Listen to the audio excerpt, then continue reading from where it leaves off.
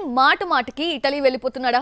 Commit అయిన సినిమాలని in టైంకి పూర్తి చేయలేకపోతున్నాడా?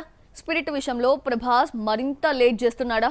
ప్రభాస్ లైనప్ సినిమాల సంఖ్య పెద్దగానే ఉంది. ఈ ఫ్లోలో తనకు కంఫర్ట్ స్పేస్ ఇచ్చే దర్శకులతోనే సినిమాలు చేస్తూ వస్తున్నాడు. వెంటనే కాల్ షీట్స్ అంటే ఓ పట్టాన ఎవరికి ఇవ్వడం లేదు. దీంతో డార్లింగ్ తో చేసే సినిమాలు ఇన్ టైం కు పూర్తి కావడం లేదనే మాటకు బలం చేకూరుతోంది.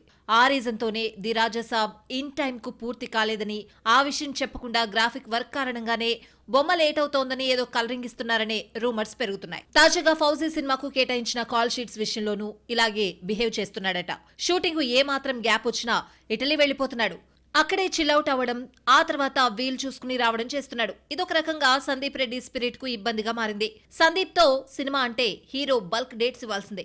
అనుకున్న టైంకు షూట్ స్టార్ట్ కావాలి. కానీ అదేంటో ప్రభాస్ బిజీ స్కెడ్యూల్ కారణంగా సినిమా ఇప్పటికీ 2-3 సార్లు వాయిదా పడింది.